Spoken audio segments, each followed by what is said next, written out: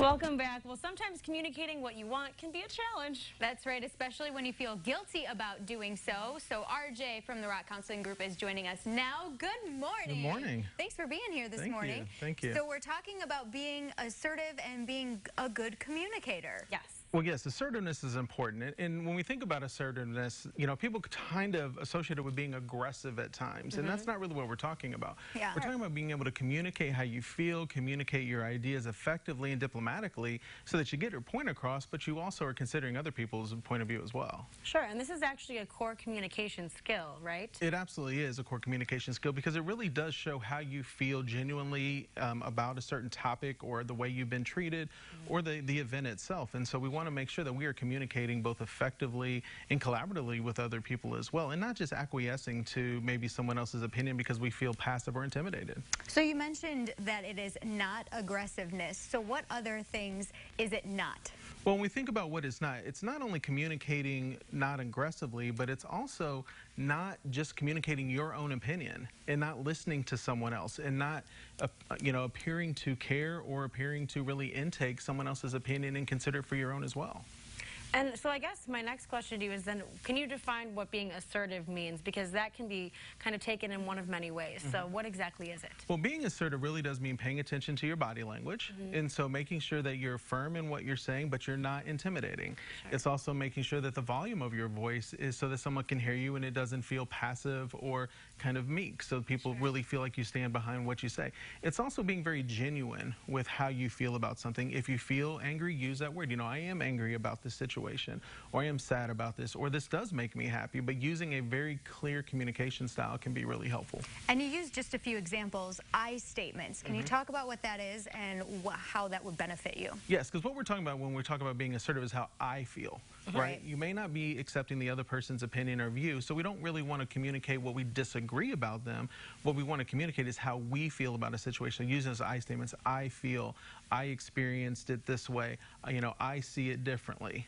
And being able to communicate in that way. And sometimes when you do the opposite, it's more of an attack when you're saying, you did this to make me feel that way, right? Absolutely. So if you think about any communication in which you've ever said, well, you did this to me or you made me feel this way, the first thing that other person is going to experience is a level of defense. So they're going to stop listening to anything that you have to say, or they're going to stop listening to any opinion you may have and begin to defend themselves. So you've really lost any ability to communicate or collaborate in that conversation.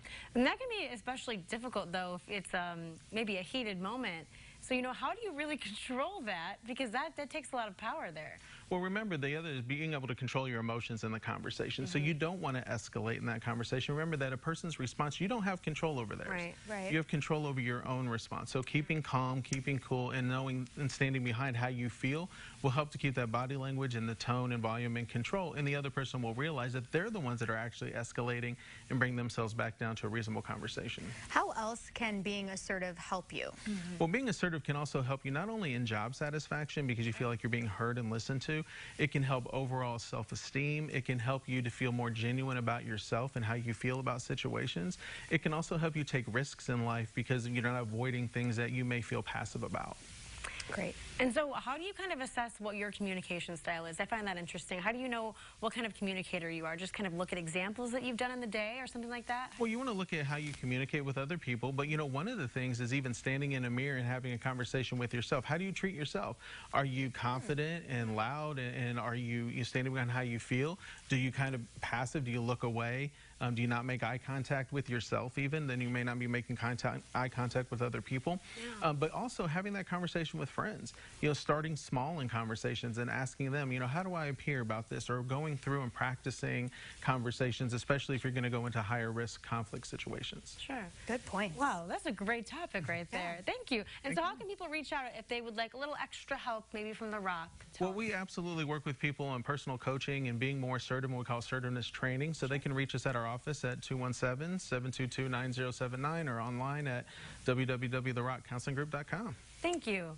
Assertiveness training. Yes. I like that. We appreciate you being here. Well, thank today. you. I appreciate you inviting me. Thanks, RJ. We'll be right back, you guys, with more of The Morning Show.